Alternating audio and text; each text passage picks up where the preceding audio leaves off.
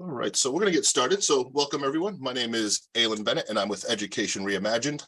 Thank you all for being here today, and just an even bigger thank you for all you do outside of this event to support the learning and development of your various communities.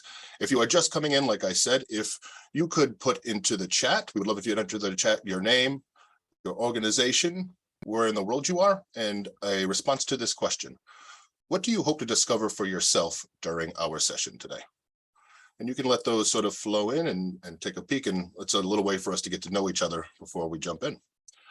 And just wanted to frame our conversation a little bit, tell you a little bit about Education Reimagined, what we're committed to, and some of our work, and my personal connection to it. And so at Education Reimagined, we are committed to the creation of a just and inclusive world where every child is known, honored, and they're cared for. Our work primarily is in transforming the education system in the US from our current standardized curriculum-centered education system to a learner-centered one designed to unleash the unique potential of each child and to enable the vibrant learning assets of the community and in the entire world to be the playground for learning.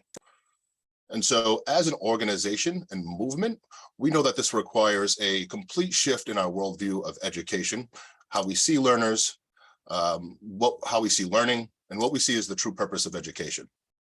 And within this learner-centered worldview, we see a lot of fundamental assumptions that are very much distinct from the conventional system-centered worldview. And so, what are some of these assumptions? The first is the work of education is learning and not the delivery of education. 2, that education is done by and with the learner and not done to or for the learner. The third assumption is that all learners are unique, they're capable, they're curious, and they're wondrous, and they're not expected to compare to some fictional average learner. 4, that learning happens when a learner's interests, passions, and purpose are engaged, and that we're not starting with a predetermined standardized curriculum or set of outcomes.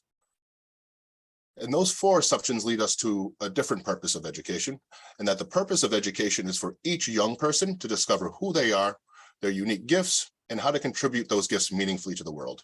And it's not designed to get all kids to the same place or to try to create children who conform to a universal set of dispositions and characteristics. And so one of the many ideas that become apparent when held in the context of this transformed educational system is that children are learning all the time and they're learning everywhere.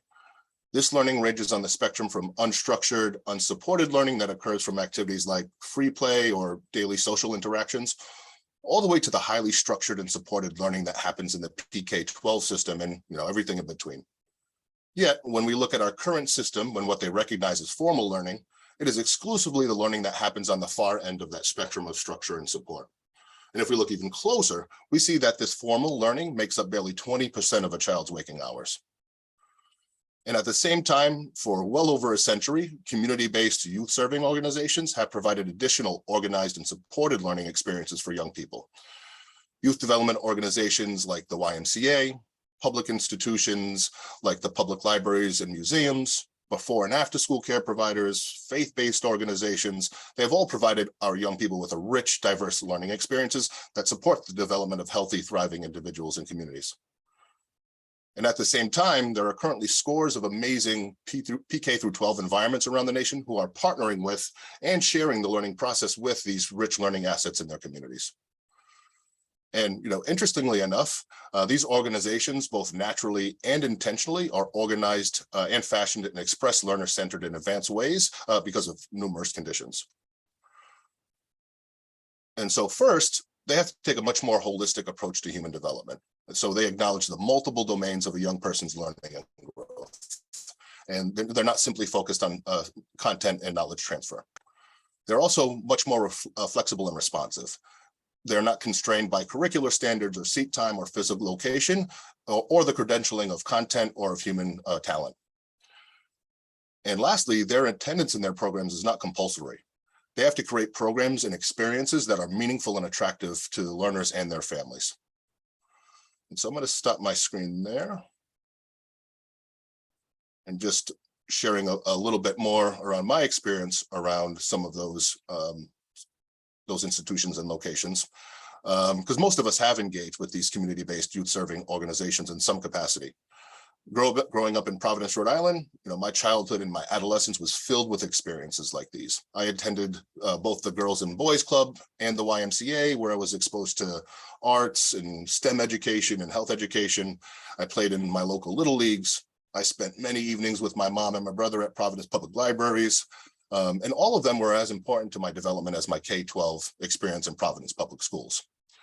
Unfortunately, they were completely separate experiences. My K-12 supports knew little, if anything, about my out-of-school experiences that were joyful and interest and strength-based, and they were responsive to my needs. And community partners were largely unaware of the day-to-day happenings at my school. And so I look back at that time in my life and I wonder how my overall experience would have been different if there was a system that allowed for coordination between these two worlds. How much more powerful my learning would have been if there was alignment between the language and practices of the adults that supported me. Or how many more opportunities I would have taken if my access were not based on cost or availability or just general happenstance. And I'm not alone in my wonderings. There's a growing appetite in the country for children's learning to no longer be limited to the resources and educators available in a single school building. And so this is a call for something radically different, but not radical. We have youth development providers, community-based players, and learner-centered environments and leaders with experience tapping the power of community that are already starting to make this happen. But communities still face many challenges and barriers to accessing and navigating these community partners, and acknowledging the wisdom and capacity of these organizations and creating a holistic experience within a rich ecosystem of learning and development. And so today we'll dive into how we can begin to address these challenges, break down some of the barriers, and create a wholly new view of how we educate within our communities. And to help support us in our conversation and our learning together today, we have an amazing panelists who are either directly serving or experiencing learner-centered systems, structures, and experiences. And we are really, really grateful and excited to hear their stories connected to both the opportunities and the challenges that exist within the learner-centered field. And so I'd love to introduce some of our panelists. And so first, Hazel from Embark Education in Denver, Colorado. I'm gonna let her share a little bit more about herself later on.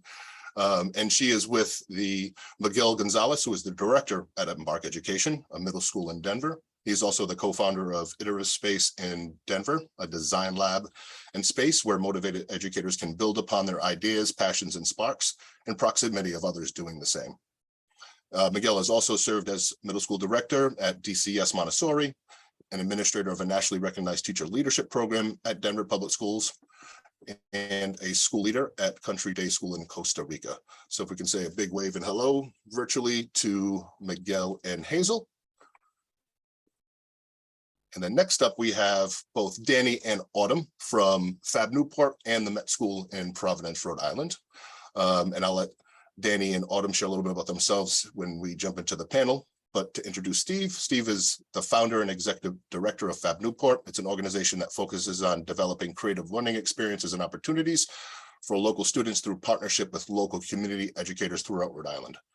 He's committed to develop an ecology of learning, which makes it easy for all learners to tap into their intrinsic human desire to create, learn, and share. And Steve has worked for well over 20 years in education in Boston, in Chicago, and Rhode Island. And he believes firmly that learning is a lifelong adventure worth sharing. So if we can all just say hello to Danny, Steve, and Autumn.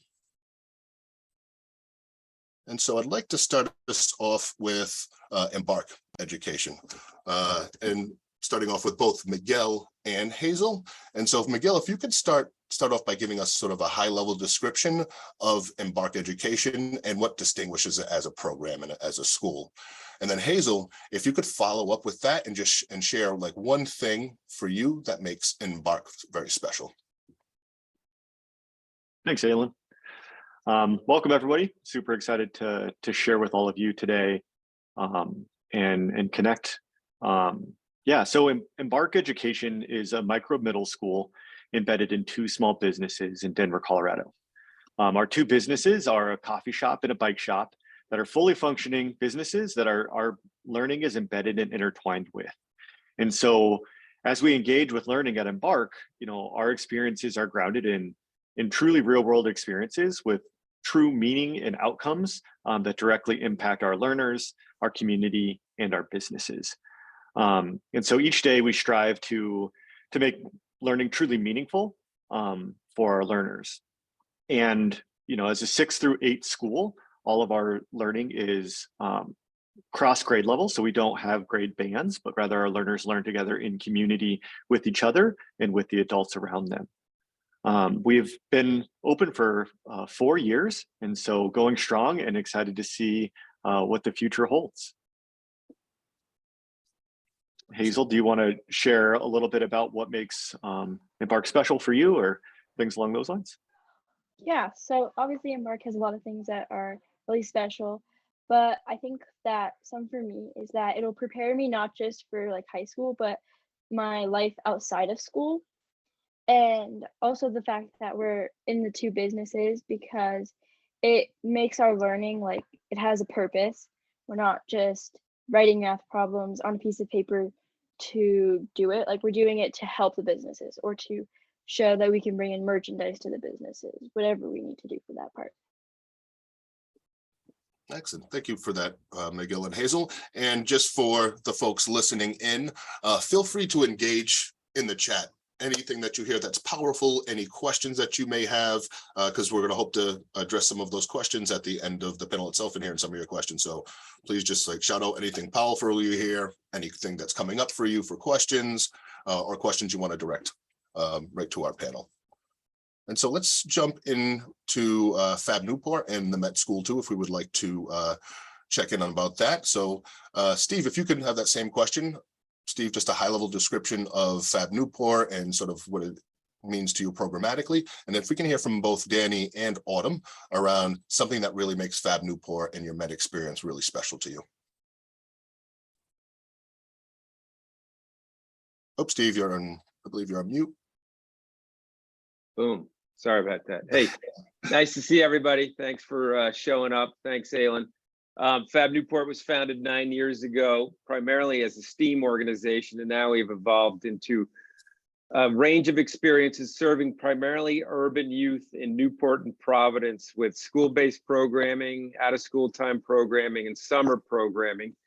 And we serve middle and high school students, and our kind of theory of change is that if we can get our middle school kids exposed to a variety of experiences that they may or may not have been familiar with, they can see how they belong in the community, see what they have to add, see where they want to grow their interests. And by the time the learners are ready for high school 14 plus, they're excited about taking a deeper dive, either through shadow days, internships, jobs. We run a teen internship program. Kids work for us in the summertime and engage in all kinds of interesting research projects. We're most interested in the kids growing their agency, their integrated identity, and developing their competencies so they can live into something that we call a positive future vision. We want all of our kids to have an idea of where they want to go, knowing that that can change, but at least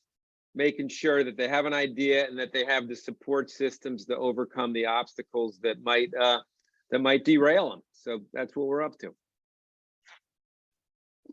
All right, excellent. And Danny and Autumn, sharing something about Fab Newport and the Met that is really powerful for you and that is really special for you. I think what's really most powerful for me is that they're going to find maybe your passion, a dream job, something you love to do, and they're really going to push you in that direction. They'll get you set up at an internship within a week even, really. It's really on how determined you are, but they'll provide you all the resources that you need to get to your end goal. I like to add on to that. It's very true. Like, they will drive you and motivate you to get an internship. Like, we had a student here who got an internship 48 hours after transferring to the Met School of itself, which is amazing. And even if you can't find that dream job, you will have the skills from doing so many different things close to it. Like with Fab Newport, it might help you go talk to a local artist, or they'll take you up to Providence, Boston, and be like, you want to meet this artist? You can go talk to this artist and do all of that. and you might not have your dream job by the end of it, but you're going to have so much more skills than you ever thought that you ever going to have by doing this. Excellent. Yeah, thank you, Miguel, Steve, and our young learners on the panel. I heard, several things in that part of the sharing. One was just really working on something that is authentic and meaningful and real to the world and has of consequence to the world. And then I just, from Danny and Autumn, just the amount of a partnership between adult learners and young learners in helping learners build that sort of positive future vision, which, Steve, I'd love you to talk about that a little bit later on and more about what you see that is. So I'd like to jump right to Hazel, Danny, and Autumn. I wonder if you can all share a learning experience that you had through Embark or Fab Newport or the Met within your community that was really meaningful to you, and why was it so meaningful to you? So sharing a learning experience that you did within your community that was meaningful to you, and why was it meaningful?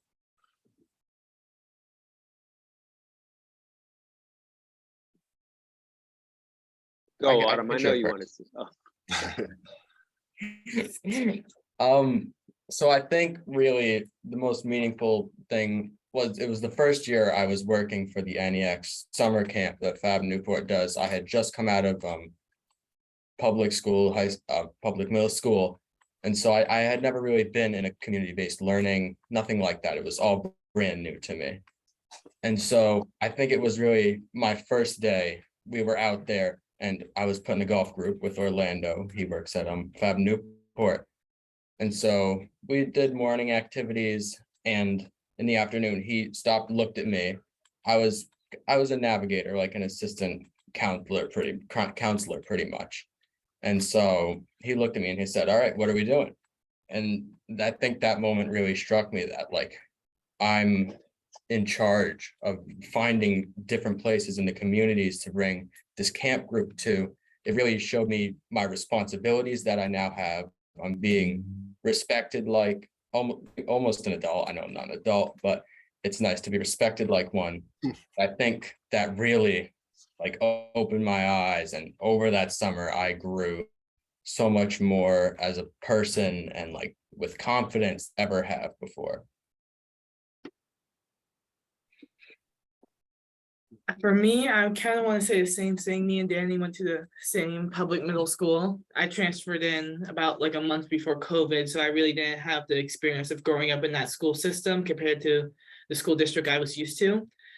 But being on Zooms, not being able to like meet anyone or make friends was just kind of really depressing during that time frame. So when I went to Fab Newport as a navigator, as Danny said, which is a student leader, and I got to be with kids my own age who had the same interests, who were younger than me and also looked up to me, where I'm like only a year or two older than them, even though most of them thought I was like 21.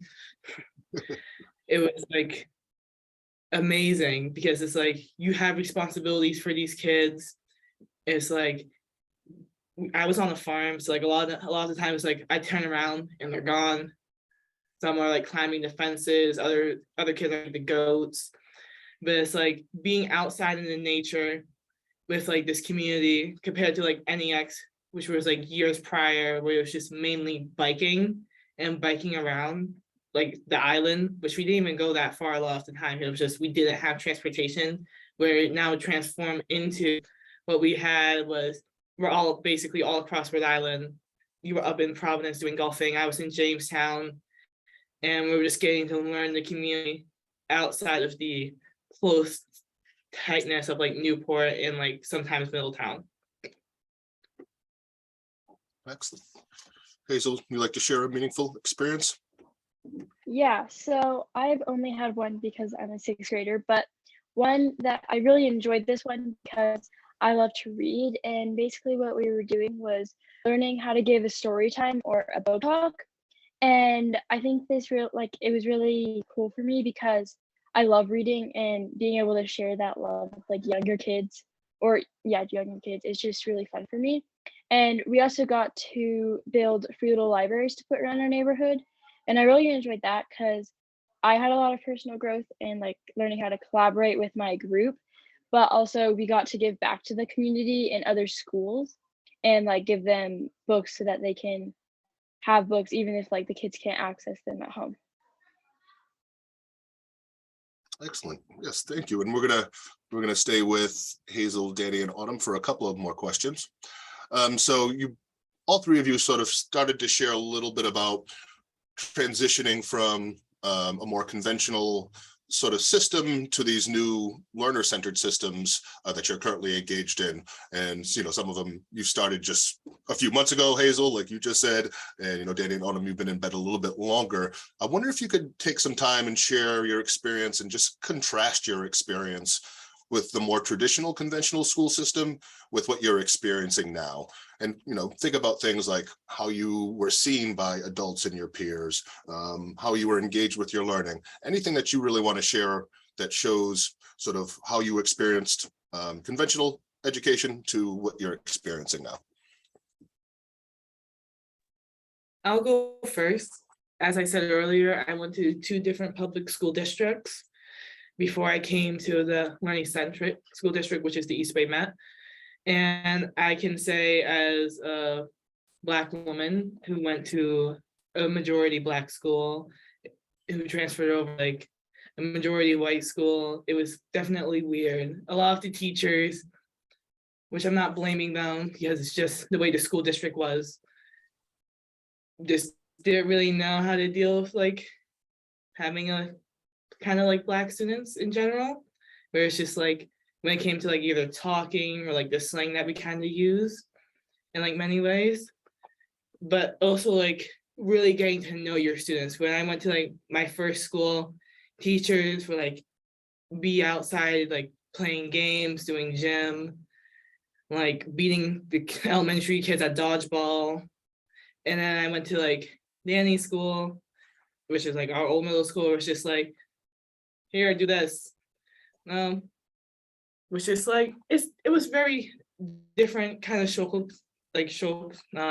culture shock to me, which is just, I guess that's like what you expect, but also, as I said earlier, I went in a few months before COVID started, which I didn't really have too much time to assimilate to the school system, but it was just really different from like just, well, it's not even a mile apart from like the 2 schools. It's just such a drastically different community-based learning system.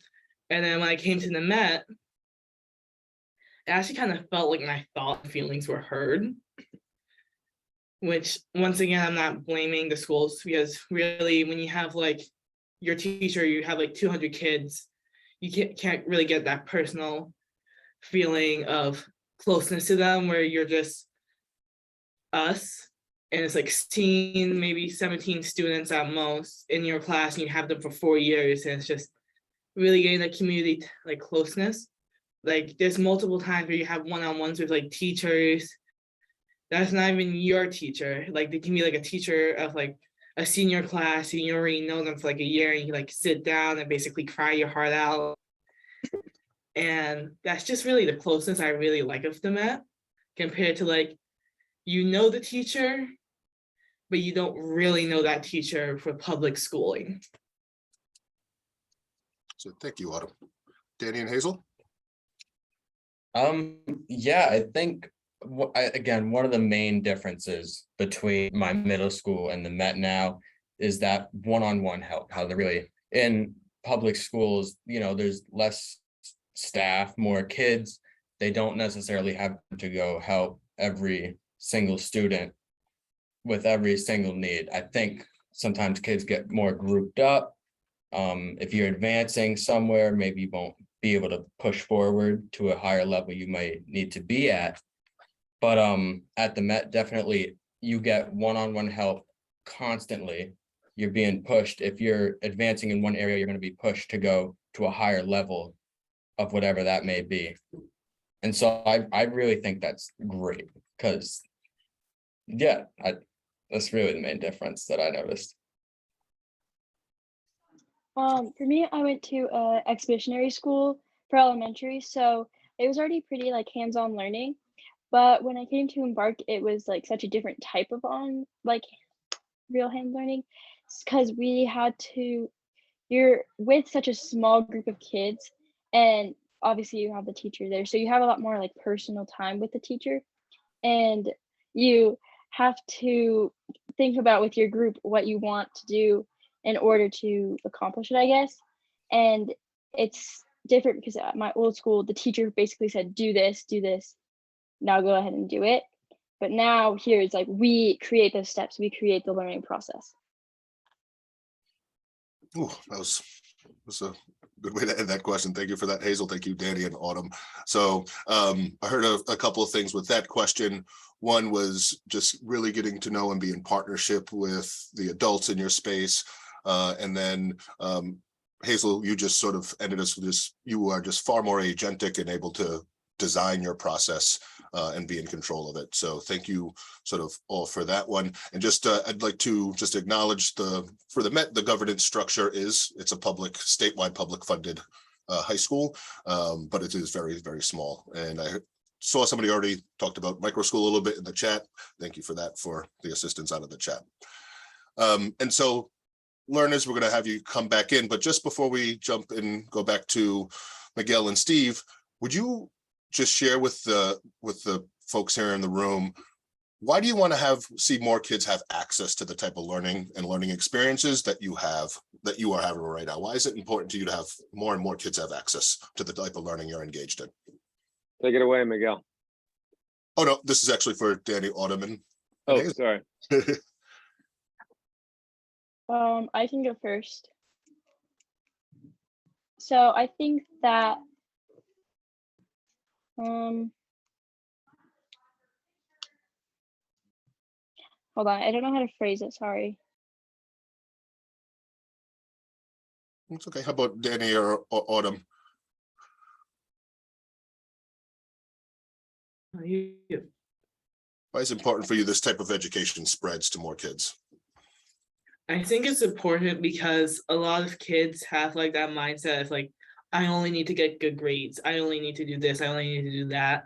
Where you go out into the real world, it's like, okay, I had straight A's in college, but I don't know what to do with this. I can't take this and transfer it to a work environment. You might take your resume and be like, can I work here? And then the job would be like, you need experience. So you go to another job with like the same criteria that you're looking into. It's like, you need experience to work there. It's like, you're going to like probably go through like 5 or 10 different jobs, and like they probably all say like the same rendition of, you need experience to do this. But it's like, I can't get experience. I need a job. And this is like the only way I can get it. So which is like why I think about the Met is it really pushes real world learning, where you can go out during the school week twice, 3 times a week to an internship and be like, hey, I want to learn from you. And basically you get to learn, you get that skill and you have it on your resume. And it's like, I think it's also more fluid because you're a high school student. You're not really getting into like college level like decisions yet. At least I'm not, because I'm not a senior. And basically it's like everything changes. Like you could be 50 something, you'd be like, I'm really hate my career path. You could change it. You could be a sailor for like the rest of your life. And you start doing that. But I feel like if it takes that long for like you to do that, and you probably already feel miserable about your job, I feel like having that different skill set of like being able to jump from internship to internship, getting that on like your resume and being able to pit that to like employers and be like, I have the experience, can you please take me on? It should be a lot more widely available to like a lot more kids. Excellent, thank you for that. Hazel or Danny, you want to add anything to why it is important for you for this type of education to spread? Yeah, exactly with the experience that Autumn was talking about, I feel like the most important thing that you can learn from this type of learning is like real world experience, really getting out there, seeing how things are really done. I know in traditional school, you'll learn numbers, you got to stick to the curriculum, not really a lot of room for flexibility. I don't know how often you'll get out into the real world to experience that, but the most important thing I would say is really getting out there, seeing how different jobs are done, how things are done in the real world? I think it's important. Like, I'm obviously having different experiences from Danny and Autumn because only in middle school. But I think it's important for kids to have this type of education because the more kids that have access to it, the better we'll all be able to work together as adults. And like when we have jobs, because I know that adults still have problems when they're working together, like on collaboration and stuff. And I think that if we all have this type of learning, it'll be easier to figure out a solution to those, and we'll be able to use the stuff we learned in school to think about like problem solving. And I think that will be very helpful for all of us. That's great. Thank you. Thank you, Danny, Autumn, and Hazel. I heard a few things, two things there really stood out to me was just like the pathway to self-actualization as a young person and getting that earlier in life, and then the ability to collaborate and building that sort of lifelong skill that just transcends any profession that you're in. So thank you. Thank you. And so jumping back to Steve and Miguel, thinking about some of the beliefs that are currently held in our current education system. I'm wondering if you could share with us, what are some of the beliefs that have to shift in our field in order for there to be more effective partnership between PK-12 and the partners in the community? So what are the things that you've had to shift yourself that you've seen in the work you're doing to partner, and that you would let the folks in this room know may need to shift for a more effective partnership? Yeah, I'm happy to jump in here. I mean, I think that there's two big pieces that have had to shift. One is truly fundamental, which is understanding the brilliance of youth, right? As we hear Danny, Autumn, and Hazel speak, right? They are incredible humans that we don't need to hold control over, but rather partner with. And when you can step into that orientation to be partnering with them truly collaboratively, amazing things happen. And so, one of the beliefs that we've often held in education, of course, is that, as adults, we know, and we are imparting knowledge upon youth, and just flipping that orientation. And it's not to say that we don't have more life experience and there's not things that we may know as adults that adolescents and youth may not, but working in collaboration of understanding each other and working towards community goals changes everything. The second shift that I would say is that oftentimes, at least from an education standpoint, we look to internships, to jobs, to community, and we simply ask them, show up and say, can you host these students? Great. And then you just assume that everything's good to go, right? Or that it's now, the job of the internship host to just simply know what to do with these adolescents. And we don't actually work in deep partnership to understand mutual goals or how our learners are actually adding benefit to their organizations, right? We know that the organizations are adding benefits to the students' learning, but we don't really flip that paradigm very often and think about how we are truly supporting those organizations to better themselves. And it's not something extra that they're doing, but it becomes an integral part of how they operate, right? We know that there are some wonderful examples of this occurring, but it's not the norm within organizations and within the partnerships between community and learning spaces. That's great. Thank you, Miguel. I'll add a little to that, not much, but if I were given the keys to the kingdom, I would think the biggest thing that we could flip would be what we measure. Because, right now, for the last 30 years, we've been obsessed with measuring, test scores, which haven't really moved that much. But kind of if we could go into every learning location and just talk to the learners and say, how are you feeling? How are you engaged? What do you want to learn? And then the piece that correlates with that for me is the quality of the relationships that the learners are having with their support team. And I think if we think of, most traditional school systems are on a conveyor belt of relationships in which the kids are moving from grade to grade, from class to class, and then they're moving out. And that is really difficult for the kids to find that sense of engagement and belonging. And I think it's really hard on the educators also, because I had a moment once when I was working with a teacher. I was working as a science teacher, and it was November, and she said, "Oh, I'm just getting to know the children," and boom. And then before you know it, they're gone. So it's like what we measure and the quality of our relationships are two things that I would flip. That's great. Yeah. Sort of staying in that, switching it from beliefs to sort of systems and structures that you feel would allow and enable for this to advance and to make your work a little easier.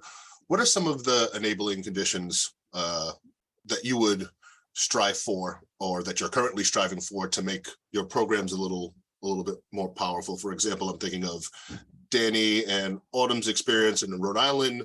That one of the conditions is they have sort of waivers around seat time, and so they are able to access internships for 6 hours a week or 8 hours a week. So what are some of those conditions you'd like to see the field strive towards that allow this type of learning to happen more powerfully?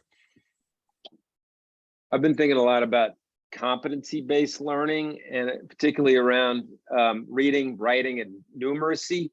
And again, if we were to walk into a typical 4th grade or 7th grade, our learners would be all over the map on that. So if we could establish some benchmarks that we would be comfortable with across political and economic divides, and that we would provide coaching and for learners and families to approach those benchmarks, whether it's out of school, in school, independently, part of a family experience. And then when the learners are approaching those, they could be liberated in an ecosystem that is structured to support the nurturing of those personal things that are going to turn them into curious, to motivated, to intrinsically motivated. So let's just put the testing aside. There should be testing centers around every corner. Alin, you and I, let's go test some math and English and reading. Let's not bury it once or twice a year and stress people out. Let's open it up, liberate it, and let people arrive there in a way and get the support they need. And then let's really get down and pursue the things that are going to turn our lives into beautiful things. Yeah, I mean, I think the biggest thing, Steve, super well said, and it goes back to, what are we measuring? Is one of the biggest things that needs to shift systemically, right? What we're measuring and how we're measuring it and why we're measuring it. And then, ultimately what, is clear across all of the experiences that have been shared, even to Alin's opening, is that learning happens far beyond the walls of a school, right? It's not confined to the 4 walls of the school building, but rather learning takes place everywhere. And so whatever systems in each of our spaces that need to look at how we can recognize authentic learning for what it is, and not step forward with a place of humility that we don't control all of the learning that occurs, but honoring the learner who is doing the learning. And then how do we take that? How do we recognize and validate, or maybe potentially even credential that learning to move into the future? That's great. That's great. Thank you. And just to sort of continue, and hopefully we could jump into some participant questions in a second, but I was wondering if you could both share what are some of the pinch points, or what are the barriers right now for you? And this could be in a structure, or on the school level or on the policy level. What are some of those pinch points that you're feeling right now as you're trying to grow this work? For me, it's people have a hard time seeing what's possible, right? It's like, but what about this? It's like, so, people are, they're stuck. Change is hard. So, that's the thing. And then for, a relatively small nonprofit organization, is just, maintaining the sustainability, the funding, just to keep pushing, and, to keep Danny and Autumn engaged in multiple ways. And so, but just getting people to see what's possible. And I think one of the things that is getting families and students engaged, because they have the power to pull the voting levers. And so there needs to be kind of an educational process down there, because a lot of folks don't know what's possible. You know, they've been a product of a system that's been going on for a long time. So that's part of it too, educating the population about what's possible. Yeah, I appreciate that for sure, about like understanding what's truly possible. And you know, one of the pinch points that you know, that we experience at Embark is really about equitable learning, right? Like we know that as we think about learner-centered environments, you know, one of the pinch points that we have is that it really does gravitate towards those with means and have the ability to take risks on education, and really see, you know, which gravitates towards like white middle class to upper middle class families. And, you know, to be able to diversify what is truly possible for learners and think about how we're both sharing that as impactful, meaningful learning now and into the future is really a pinch point for us, because I would say one of the greatest risks in education is to stay the same. And if we continue to stay the same, then we're in a lot of trouble. But we can't shift without, you know, shifting in an equitable way is absolutely a pinch point at the moment. All right, right before we open it up to some of the participants, I wonder if you could share with us, and we have Danny, Autumn, and Hazel answer this as well. For the practitioners in the room who may not have the space or within constraints where they can't realize this fully or push it fully, what is one small step you would have folks start to make towards it? What advice would you give to practitioners in the field right now who want to start working towards this?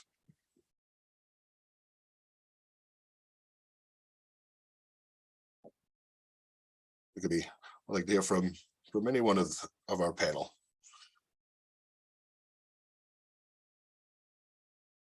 I'll say that I think one thing that really could happen is just sit down with the student, ask them, hey, like just talk to them. What do you want to do? What are your goals? Do you have an idea of something you want to do in the future? Is there something you're interested in? Just sit down and talk with them, a one-on-one.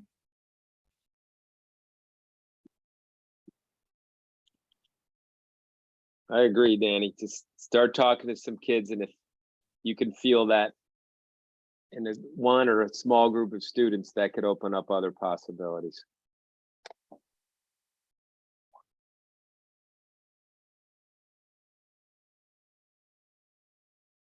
Hazel, Autumn, Miguel, anything you want to add? I'll go back to some tried and true questions that I have. Alin has heard me say these time and again. You know, so a really easy starting spot for many educators or people within the systems, it can work at every level of a system, is really three questions. Asking yourself, what am I doing that learners could do? What am I doing that learners should do? And what are the conditions that need to be present in order to make those things true? And if you can answer those three questions for yourself, that's an easy starting spot. You can do that in a classroom. You can do that with an individual. You could do that in a school district, and beyond. All right. To add on to what Steve and Danny said, I honestly think it will mean a lot to a kid if you sat down and talked about their interest. And for what Steve did for me for like 2 years ago now, I think I mentioned to him like maybe once or twice I wanted to go fishing, and maybe took him like 4 months, but like he was constantly working hard to like get like just me and this other kid out fishing with this guy named Bertrand off like the rocky shores of Rhode Island. Didn't really catch that much fish that day, but it was definitely a fun experience. Like I think sitting down and talking to a student and actively showing them in any sort of way that like you're working towards like helping them achieve their goal is a small step that we can start with. Excellent. Thank you all so much for that. Any other last thoughts for the participants before we take some questions from the audience?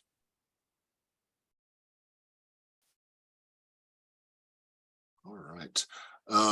The chat started moving really quickly, so I wasn't able to track all of the questions. So if there was a question that you'd like to bring to the panel that wasn't addressed in the chat, or you think should be elevated into sort of the verbal space, feel free to re-type it into the chat or unmute yourself and ask the question. I think we have a sizable enough room where we can just jump in and talk. Are there questions from the audience?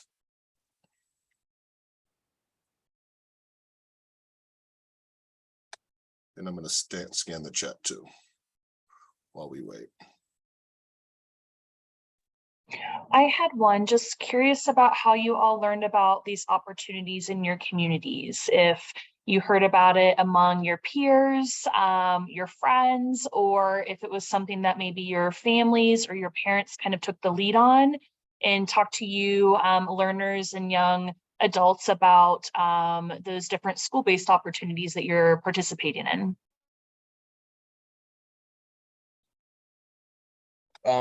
For me, it was really, my family was really connected with everything. My uncle helped with the beginning of Fab Newport a lot, and my mom worked at the Met for a while. So I was really pushed in that direction because I felt it would be a really good fit for me, which it was. I'm really enjoying it at these places. For me, it was beginning of the NEX summer camp, and at the time I currently outgrew my old summer camp, and my mom was like, I don't want you around the house.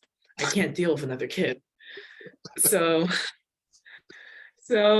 they came. It was just Chris, who was one of the starters. We call him the Chief Empathy Officer, or CEO for short. Him and another lady came, and it's like, we're running a biking program. And I'm like, God, no. But I brought the paper home to my mom, and she's like, you're doing this. I didn't even have a bike. And they took us, and Chris has this dog, Nolly, and most amazing, like, golden retriever, emotional support dog, and I fell in love with her. I'm like, maybe I can bike 400 miles, which we ended up biking around over 400 miles at the end of the summer. And I'm like, maybe I can do it for this dog.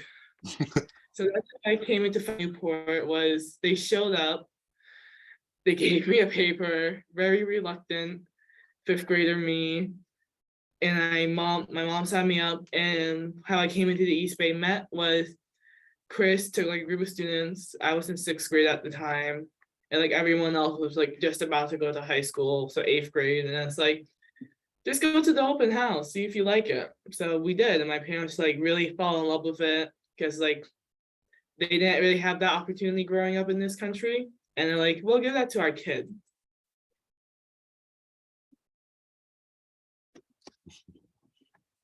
I found out about it at a wedding, actually, from a 6th grader who goes here now, because she had heard from her neighbor who's a 7th grader here, and she was telling us about it, and I got so excited. I was like, Mom, this is where I need to go. I want to go. And then we got home and researched the website, and everyone in my family, even my younger sister, was like, this is amazing. And so I kind of led the process of applying because I really wanted to go here. And so I think that there's such an amazing opportunity, and I was so lucky that I went to that wedding to hear about it, because otherwise I would be at like McAuliffe. Yeah, I just want to elevate an important part that sort of comes out of that. Not that it was all completely random or happenstance how these young learners found these things, but it's pretty close to just sort of, they were lucky to have found them. And while that is powerful, and we're so happy that all 3 of these young learners have found a place where they can, we know that is not equitable. If we leave this up completely to happenstance, to have families to navigate and locate these amazing, powerful experiences by themselves, we will just be replicating inequities.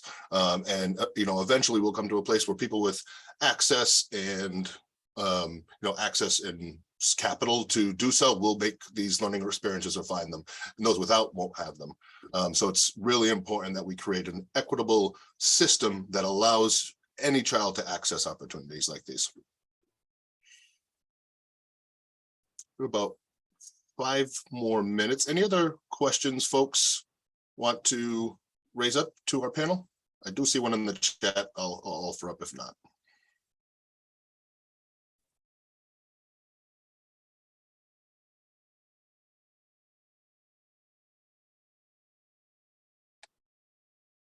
Is Vicky Rain still? Oh, I see Vicky. Vicky, do you want to ask your question around internships?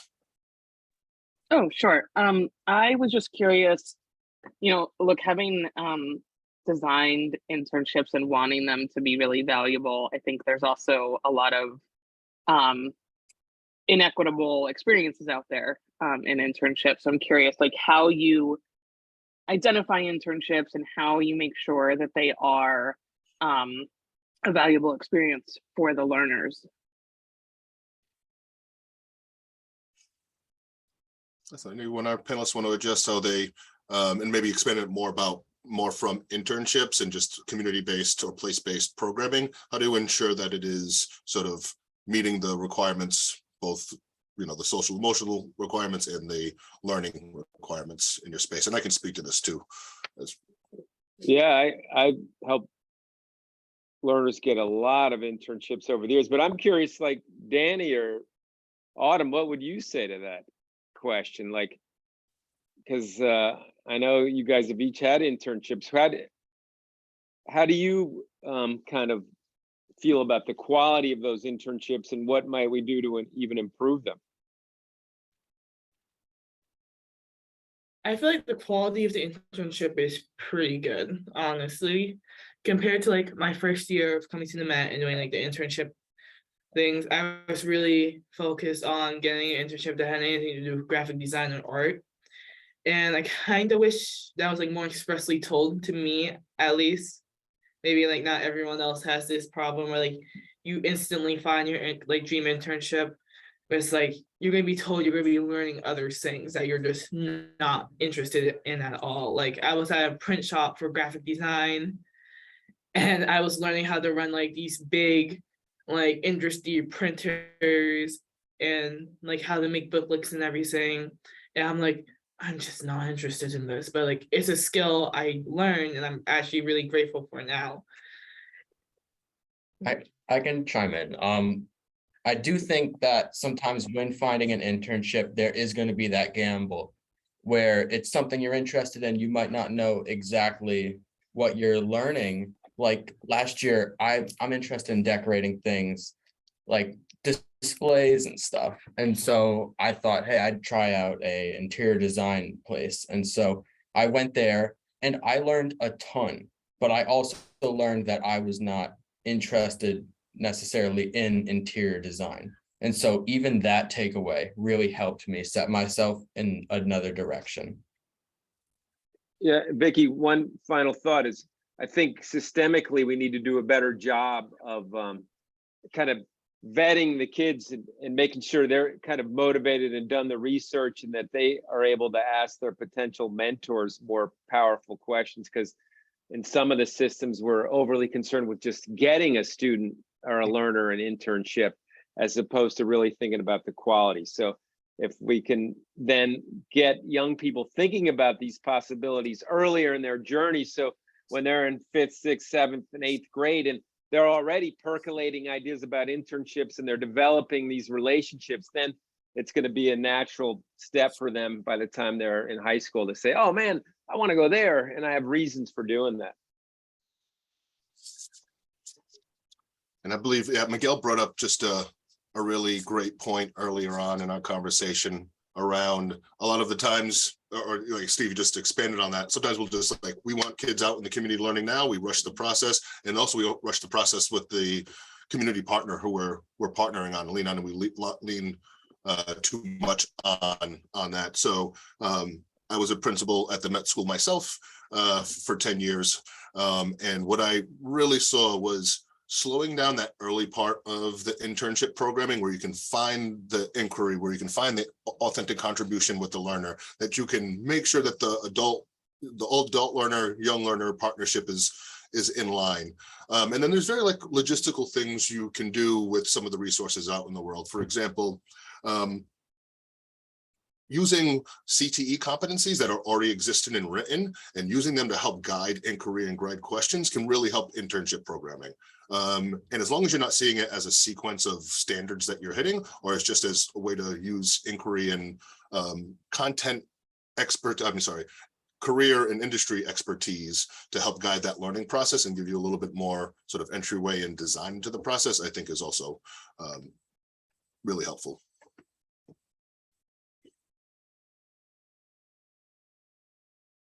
Any other questions that folks wanted to enter the space as we wrap up?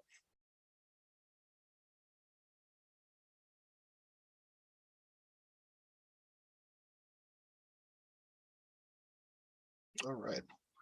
And so, as you've heard, there is a large spectrum and ways you can start to see the artificial silos between PK-12 and the community starting to come down. It could be a small shift, or it can be like a really foundational one that is acknowledging all the learning a child is doing outside of school and just reinforcing how valuable it is to their development. And so next, moving from acknowledging and celebrating to being very intentional around connecting that learning into a student's life. And so that is the move that Education Reimagined is really to help moving it from this just acknowledging and knowing that they're powerful to actually making them relevant credentialed experiences in our system and creating a transformed system. But I want to just deeply, deeply thank and show my gratitude to Steve, to Miguel, to Hazel, to Autumn and Danny for just sharing your insights and your stories and just bringing, your full self into the space and just having these folks know your story. So just really, really grateful. Can we show some love to our amazing panel? Some virtual love. Yes.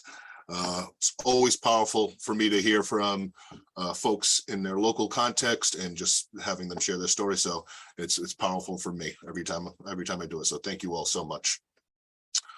If you all look into your chat, Aurora is asking if you could take 2 minutes to fill out the post-workshop survey. We would be grateful for your feedback, and Aurora would certainly be grateful for your feedback. So just thank you all so much for joining us this morning, afternoon, wherever you are in the world.